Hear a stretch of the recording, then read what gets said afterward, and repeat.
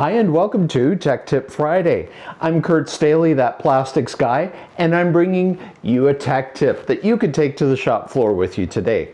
So today it's something a little bit different, and it's an issue that does come up in plastics every so often, and that is, how do you possibly manage odor? And it's not specifically just odor from the plastic in and of itself, although that may be a component, but maybe dealing with an application where the end application has to mask an odor.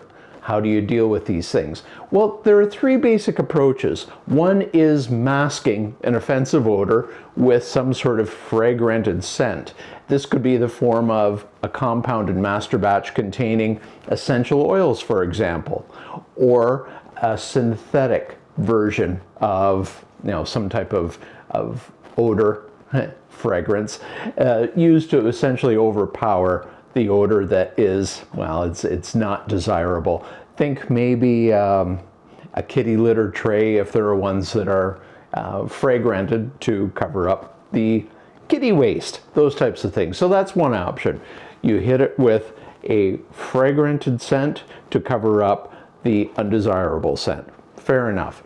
The second, and this is a little bit different, but using an antimicrobial master batch or additive in a master batch, or perhaps something you can put directly into your machinery to actually combat the growth source of an odor. Maybe it's something designed to eliminate mold or mildew.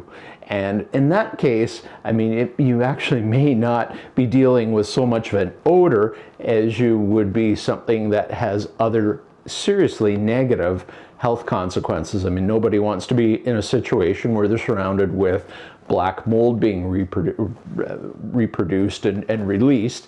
That's an incredibly harmful thing to have to experience. So there are additives that you can put into plastics to actually terminate the source of this level of odor or growth. What is the third? Well, the third, oh, by the way, the first two options, depending on your jurisdiction, the additives themselves may be either outright banned or heavily regulated. So you do need to be careful with that if you choose to go down those paths. Make sure you understand the end jurisdiction that the finished goods will actually be sold and used in to cover yourself. Now, the last option, it's something very, very different new. It's something that I'm getting involved in. What if there was a completely stable, non-problem causing way of simply absorbing the odor, be it odors from a source external to a molded part or processed part, or eliminating VOCs coming off of a produced plastic part.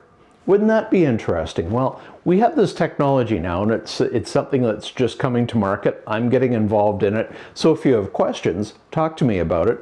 But this is an additive that is stable. It does not have a potentially harmful chemical structure, but it absorbs odors. And the testing is done, and it's sound.